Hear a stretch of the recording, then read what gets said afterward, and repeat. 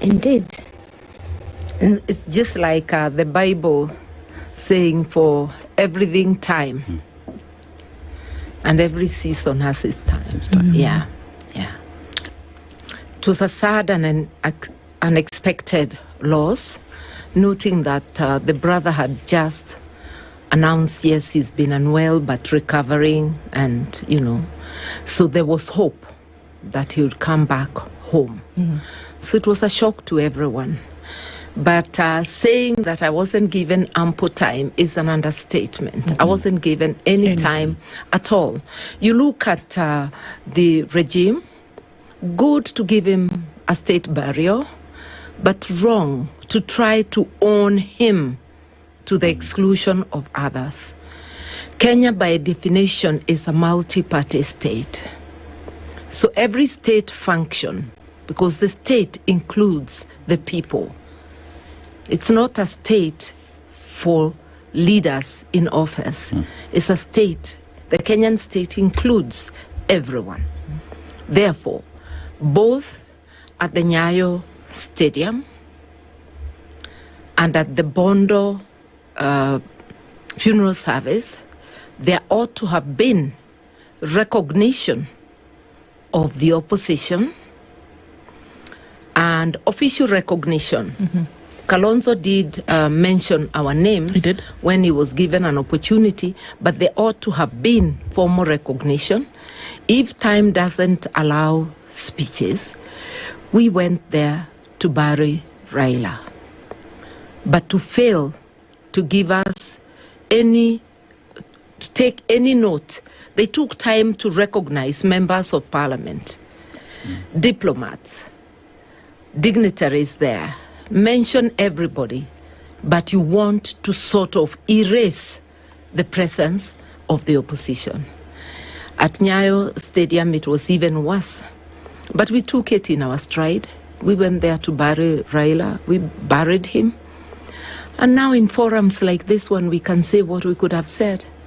Yeah. What would you have said? Because looking at the proceedings, I saw a regime that was in a hurry to milk political capital from the occasion. You could see choreographed talks, especially from some of the ODM brigade, insisting about staying in the broad-based government, which was not the subject of the day. The subject of the day was the burial. You could see choreographed conversation. Those who didn't follow the script was Siaya Governor James Orengo and the Secretary General of ODM, Sifuna. Everything else was supposed to flow.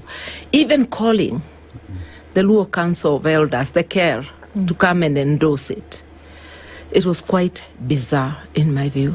And it's a desperate move because you don't overdo it. And we just watched.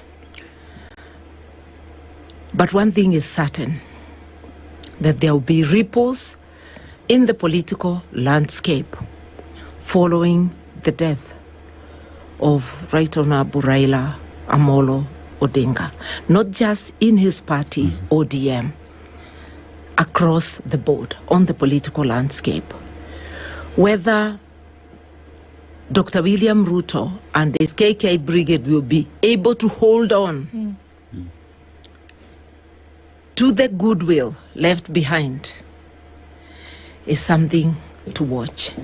But I don't think. It just shows that the regime, which stands for the opposite of what Raila stood for, is determined to bury his legacy with him.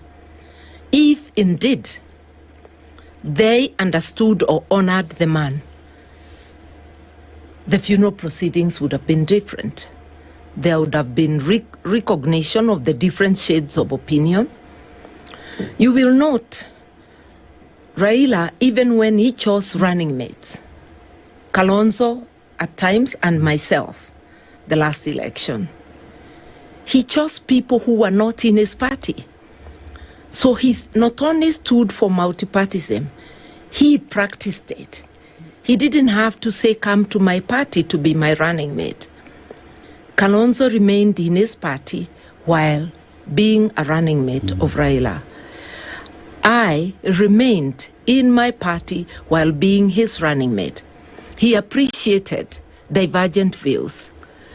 We stood on opposite sides a couple of times, fiercely disagreeing, like on the 2007 elections and all that. But the Democrat that he was, he recognized difference of opinion. Because if you take the 2007 for instance, I was Kibake's agent. I was in PNU. He recognizes that. Therefore, I could not have been his advocate. I was the advocate of my party, just like Governor Orengo was the advocate of his party. So he recognizes that, something many people miss. So he doesn't carry it with him. And there are other occasions. Recently, on matters NADCO, I disagreed on negotiating with William Ruto because he's not sincere. Look at NADCO, 2 years on. What came out of it? What has been implemented? I disagreed with him going into government, but we agreed to disagree, as Democrats do, but remained friends. And that's why I was able to have conversations with him even when he was on the other side. That's why I was able to tell him in July of this year to reconsider his association with William Ruto, especially after the killings during the commemoration of the 25th of June, followed closely by more killings on the Sabasaba. That's when I called him. So we remained, in touch, each respecting the other's position, but asking him, does it bother him that this is happening? Actually, I told him, I know in your heart of hearts, you stand for the people, and that's what you have done throughout your life. Why are you giving support to a regime doing this? Does it bother you? His words were that he was uncomfortable with what is happening. I told him I was not asking to discuss for his full response then. I just wanted to leave it there with him for him to consider.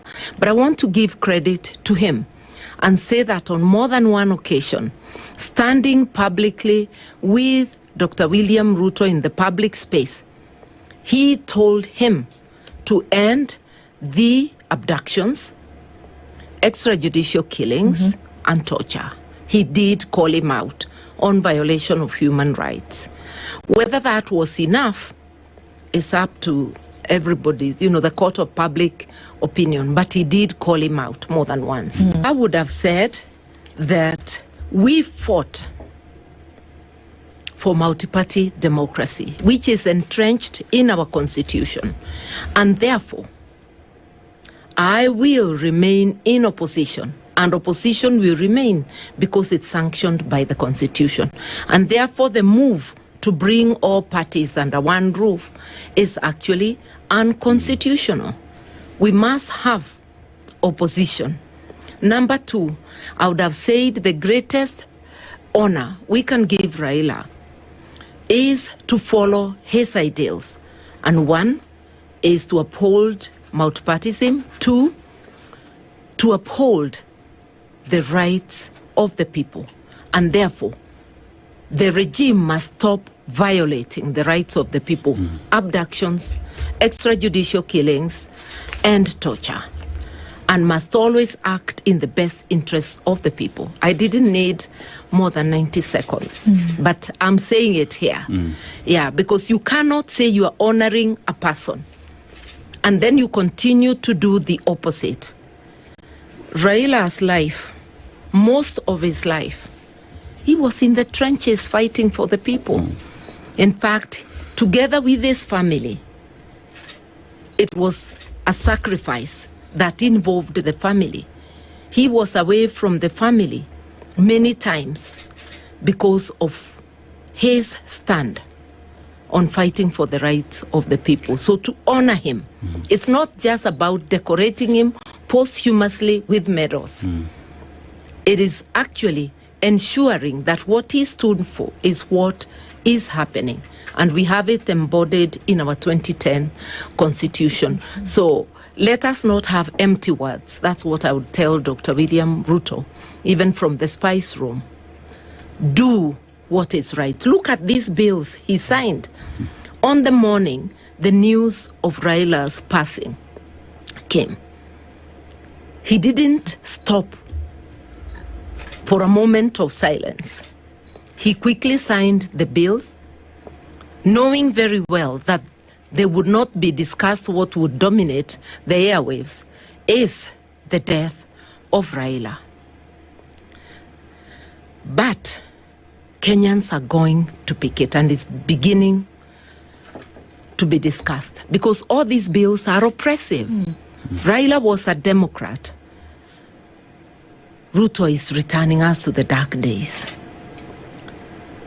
The amendments to the cyber whatever laws is meant to go after. Already they are going illegally, and the court dismisses their cases. They're going after people who comment, who post things against the government on the media, even things that are not criminal offenses, that don't make sense. Now they are tightening the law, so it will not matter that it's something you have a right to express yourself as if they think. So we are giving the control over your thoughts and actions to the state. This is something we must resist. We must resist giving the state oppressive control on matters land. So that community land, already this regime, during its tenure, this is a grabber's paradise. Then they go ahead and make laws that allow the state to have a say. Yet the main grabbers are sitting in big offices. Dr. Ruto has been mentioned in the Dabibi land case, which is still in court. The Kilgoris land, his name featured. If they have a say in the matters that should belong to the National Land Commission, where does the ordinary Kenyan stand, the citizen stand in matters grabbing? This is the wrong regime. If at all, any share of power was on matters land was to be given to the state. But again, why would we change? We brought in a land commission because we wanted someone in the middle between the people and the state. We should really watch out. Nothing good is coming out of these bills. And if we think we have a parliament, Dr. Ruto has already swallowed parliament. So it's already been swallowed. We do not have a National Assembly. And I want to challenge members of the National Assembly who have proclaimed to be part of the opposition. We need to hear your voices opposing, not outside in the public rallies.